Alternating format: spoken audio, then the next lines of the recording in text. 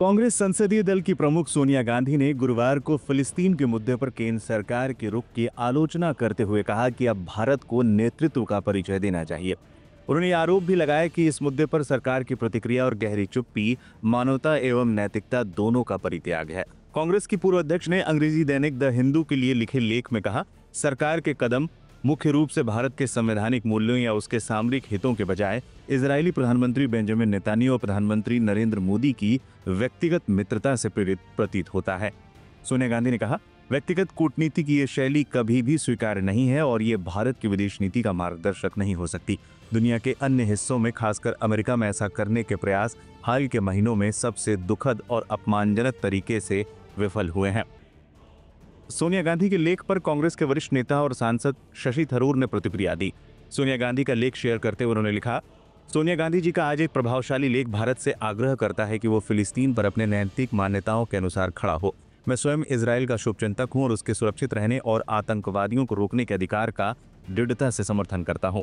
फिर भी मैं उनके इस विचार से सहमत हूं कि भारत की नैतिक विरासत हमसे ये मांग करती है कि हम गाजा के निर्दोष पीड़ितों के लिए खड़े हों। बताते चले, सोनिया गांधी ने अपने लेख में आगे कहा, फ्रांस फिलिस्तीनी राष्ट्र को मान्यता देने में ब्रिटेन, कनाडा, पुर्तगाल और ऑस्ट्रेलिया के साथ शामिल हो गया है। उन्होंने इस बात का भी उल्लेख किया कि संयुक्त राष्ट्र के 193 सदस्य देशों में से 150 में से अधिक देशों ने अब तक ऐसा कर दिया है। भारत इस मामले में अग्रणी रहा है, जिसने फिलिस्तीनी मुक्ति संगठन को वर्षों के समर्थन के बाद 18 नवंबर 1988 को औपचारिक रूप से फिलिस्तीनी राष्ट्र को मान्यता दी थी। भारत ने आज़ादी से पहले ही दक्षिण अफ्रीका में रंगभेद का मुद्दा उठाया था और अल्जीरिया स्वतंत्रता संग्राम के दौरान भारत एक स्वतंत्र अल्जीरिया के लिए सबसे मजबूत आवाजों में से एक था। 1971 में भारत ने तत्कालीन पूर्वी पाकिस्तान में नरसंहार को रोकने के लिए दृढ़ता से हस्तक्षेप किया, जिससे आधुनिक बांग्लादेश का जन्म हुआ।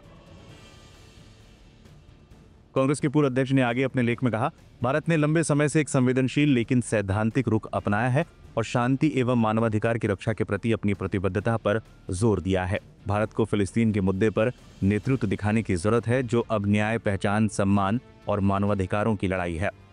सोनिया गांधी ने इजराइल फिलिस्तीन संघर्ष पर पिछले कुछ महीनों में ये तीसरा लेख लिखा है, जिसमें उन्होंने इस बार इस मुद्दे पर मोदी सरकार के रुख की तीखी आलोचना की है। इसके साथ ही सोनिया गांधी ने गाजा की वर्तमान स्थिति पर भी गहरी चिंता व्यक्त की। उन्होंने कहा कि अक्टूबर 2023 में शुरू हुई हिंसा में अब तक 55,000 से ज्यादा फिलिस्तीनी नागरिक मारे गए हैं, जिनमें 17,000 बच्चे भी शामिल हैं।